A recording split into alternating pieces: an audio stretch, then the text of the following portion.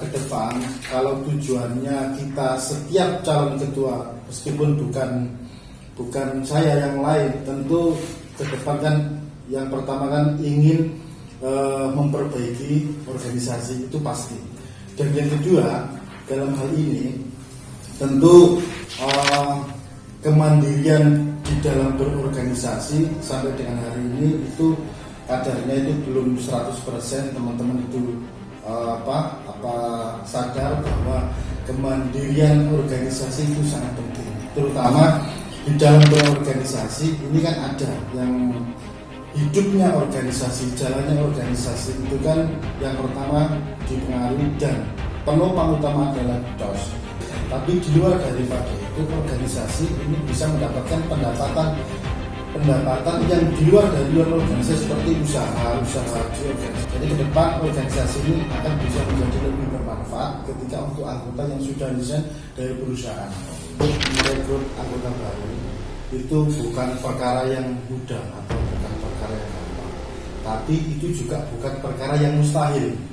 Kalau di situ kita bisa hadir, memberikan pemahaman, dan kalau bisa sekaligus mengadvokasi, meskipun bukan anggota awalnya, tapi ketika kita sudah dekat, ketika secara psikologis dan diberikan pendampingan ketika itu terjadi sebuah permasalahan, sangat tidak mustahil itu nanti bisa bergabung.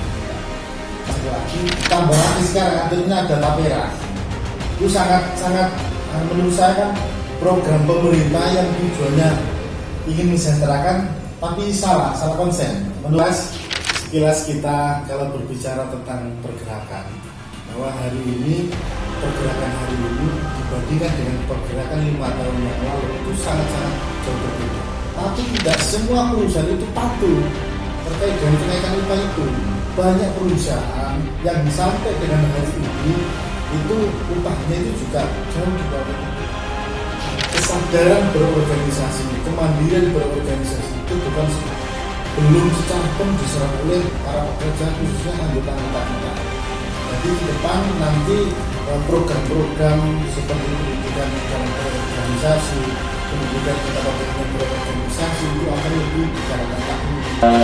Terkait dengan konflik-konflik yang tadi dipaparkan oleh Mas Iswanto, tentu sebagai serikat pekerja yang memang basicnya adalah membela dan memperjuangkan kesejahteraan dari pekerja itu sendiri. Nah, terkait dengan advokasi adanya upah murah, PHK maupun PHK tanpa pesangon, kriminalisasi. Nah, apa yang akan dilakukan seorang Iswanto ketika dipercaya nantinya menjadi seorang pimpinan tertinggi Jawa Timur? Kalau kita tidak punya jaringan, atau kalau kita tidak teknologi untuk menyelesaikan sebuah kasus, itu sangat mustahil kita ini bisa menang. Kalaupun kita menang, kebanyakan itu menangnya itu di atas kertas. Kalau menyelesaikan sebuah persoalan itu ibarat lingkaran. Lingkaran itu tidak harus mulus, berserem, tidak harus. Jadi apa yang kita minta misalkan 100%, dipenuhi 50% jadi pelecehan terhadap perempuan, ya, termasuk diskriminatif terhadap perempuan, itu rentan sangat terjadi di lingkungan perusahaan.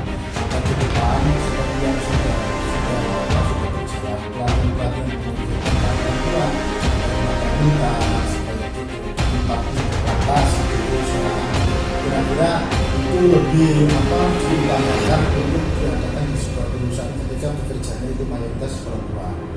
Jangan mengenai organisasi, tentu ada beberapa aspek yang harus. Pertama adalah masalah organisasi memberikan kesempatan bertemu. Saya berikan apresiasi yang sangat luar biasa itu satu tahunnya menjadi gubernur yang sangat persis.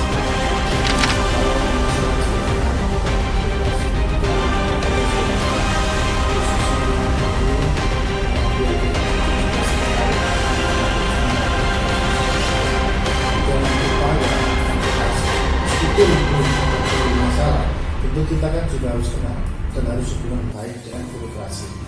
Upaya untuk komunikasi di dalam rangka mensolidkan atau jaringan-jaringan yang akan kita gunakan untuk berjuang demi kepentingan anggota. maka itu sudah salah satu dengan sebuah dari Jawa Timur kan itu rata-rata semua ketika kalau kita berbicara dengan keluar itu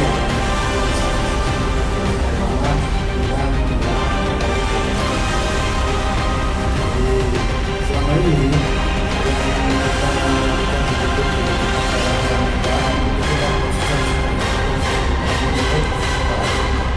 ada uang masuk, uang keluar, saldo, itu aja yang kita serta kegunaannya.